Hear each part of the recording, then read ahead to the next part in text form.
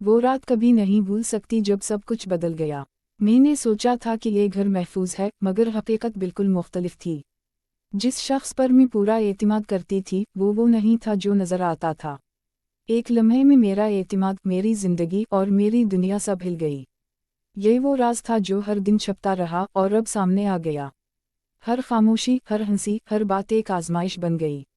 अगर आप सोच रहे हैं कि सच छुपाया जा सकता है तो ये कहानी आपका नज़रिया बदल देगी।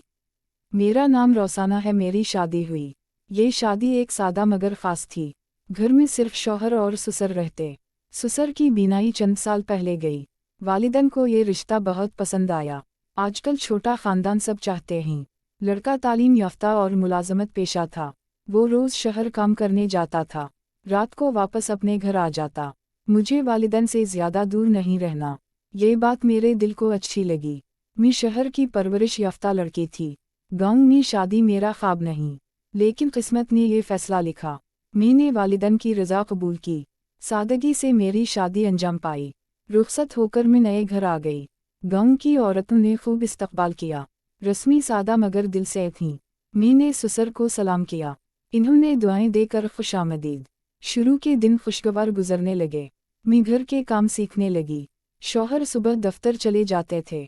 सारा दिन मैं और ससुर रहते। मैं ससुर को बाप समझती थी। उनकी खिदमत दिल से करती।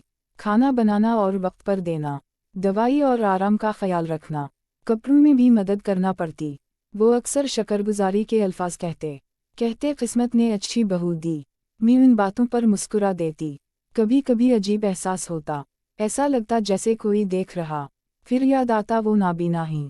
मैं अपने वहम को नज़रअंदाज करती। घर में माहौल पुरसुकून महसूस होता। शौहर भी मेरे रवैये से खुश। वो कहते तुम बहुत समझदार हो। मैंने जिम्मेदारी कबूल कर ली। घर को संभालना मेरा फ़र्ज़ था। मैंने कभी शिकायत ज़बान पर। दिन उसी तरतीब से गुजरते रहे। मुझे लगा सब कुछ ठीक है, मगर वक्त हमेशा एक सा नहीं। वक्त के साथ कुछ तब्दीली महसूस हुई। ससुर अक्सर छोटे बहाने से बुलाते। कभी कहते बटन दुरुस्त कर दूँ बहू, कभी कहते सर में तेल लगा दो। मैं इसे उम्र की मजबूरी समझती। खिदमत को अपना फ़र्ज़ मानती रही। शौहर चंद दिन शहर में रुके। घर की जिम्मेदारी मुकम्मल मुझ पर।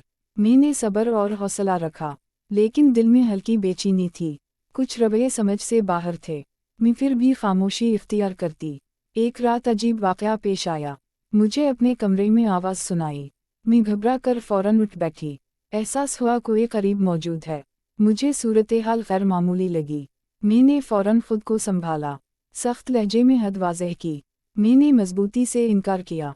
अपनी इज्जत का दिफा किया डटकर। वो लम्हा मेरे लिए आजमाइश था। मैंने हिम्मत नहीं हारी हरगिज़। फ़ौरन शौहर को सारा हाल बताया। सच सुनकर वो बहुत परेशान।